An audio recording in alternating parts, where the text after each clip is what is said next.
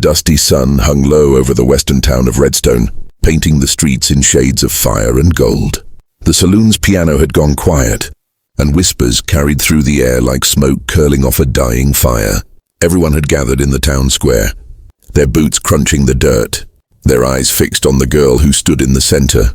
Her name was Clara, the innkeeper's daughter, a young woman whose spirit was as unyielding as the desert wind. But that day, her spirit was being tested. A wealthy land baron named Silas Hargrove, dressed in a black coat that looked far too clean for the West, stood with a rolled parchment in his hand. His voice was slick as oil as he spoke. "This contract ensures her future, ensures her safety. She will belong to me, and in exchange, her family's debts vanish." Clara's father, weary from years of drought and failed harvest, stood silent, his hat pulled low. The crowd's murmurs swelled. Some pitied Clara. Others feared Silas too much to intervene. Clara's heart hammered against her chest as Silas pushed the contract into her trembling hands. "Sign it," he demanded, his cold eyes locking on hers. Clara's throat tightened. She wanted to scream, to tear the paper apart herself.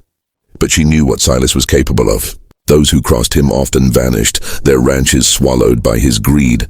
And just when her knees threatened to buckle beneath the weight of it all, the sound of steady boots striking the ground cut through the silence. The townsfolk turned their heads, parting like water around stone. It was Cole Maddox, the cowboy drifter, whose name carried stories of courage, whispered in taverns across the frontier. He was no stranger to trouble, nor to Silas's kind of cruelty. His broad shoulders bore the dust of the trail, his leather vest creaked with each step, and his eyes, sharp as desert hawks, fell squarely on Clara. "What's going on here?" Cole's voice was calm, but it carried like thunder. Silas smirked. "Just business. This girl's family owes me more than they can pay. She's the payment. I have the contract." Cole stepped closer, his hand hovering near the holster at his side. "A person ain't property. She ain't yours to buy or own." The tension thickened. The crowd held its breath, watching as Cole reached out. He didn't take the contract politely. He snatched it from Silas's grip, his fingers curling around the parchment. Silas snarled, "That's legal binding." Before he could finish, the sound of paper tearing split the air. Cole ripped the contract clean in half, his voice steady and fierce. "She's free." Gasps rippled through the crowd. Clara's eyes widened, tears brimming as she clutched her chest. For the first time in days, she could breathe. Silas's face turned red with fury. "You'll regret this, Maddox," he spat. But Cole didn't flinch. He stood tall, the torn pieces of paper drifting to the dirt like fallen feathers. He turned to Clara and gave her a simple nod as if to say, "You're safe." Now, the crowd erupted into whispers again, some emboldened by Cole's defiance, others terrified of Silas's wrath. But for Clara, it was the beginning of a new story, one where her life was no longer chained by fear. The night air in Redstone was thick with anticipation. After Cole's bold act in the square, word spread like wildfire. Folks who had long suffered under Silas's heavy hand found themselves standing taller, speaking a little freer. But while the town whispered of hope, Silas seethed in his grand estate at the edge of town, plotting vengeance. Clara, meanwhile, sat by the window of the inn, her gaze fixed on the horizon, where the stars spilled across the desert sky. Her heart still raced with the memory of Cole tearing that contract in half. It wasn't just the paper he'd destroyed, it was the chains around her soul. She thought of how Silas had tried to claim her like she was cattle, and how Cole, a man who owed her nothing, had risked his life to set her free.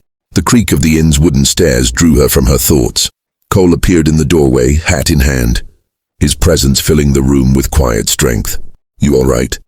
he asked softly. Clara nodded, though her eyes glistened. "I don't know how to thank you."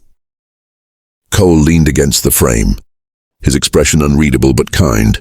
"You don't owe me thanks. Nobody deserves to be treated like property. I just did what was right."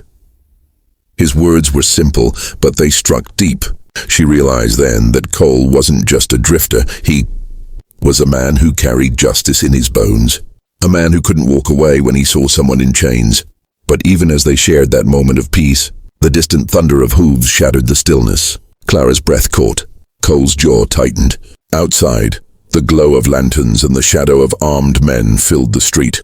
Silas had brought his enforcers, guns strapped to their sides, faces grim. The townspeople peeked from their windows, fear returning as quickly as hope had come. Cole adjusted his hat, his voice low but steady. "Stay inside, Clara." He stepped into the street, dust rising around his boots. The moonlight bathed him in silver as he faced Silas and his men. Silas sneered, his voice dripping venom.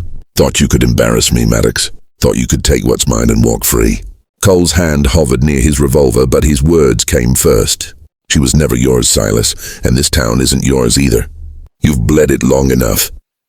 The tension stretched thin, ready to snap. Clara stood at the window, her heart pounding, praying Cole would survive. The standoff felt like an eternity. Then, in a blur of motion, the sound of a single gunshot cracked through the night. Dust flew, lanterns swung, and the town held its breath. When the smoke cleared, Silas's pistol lay shattered in the dirt, struck clean from his hand by Cole's bullet. His men, shaken, backed away. Silas, clutching his stinging hand, glared at Cole but saw the truth.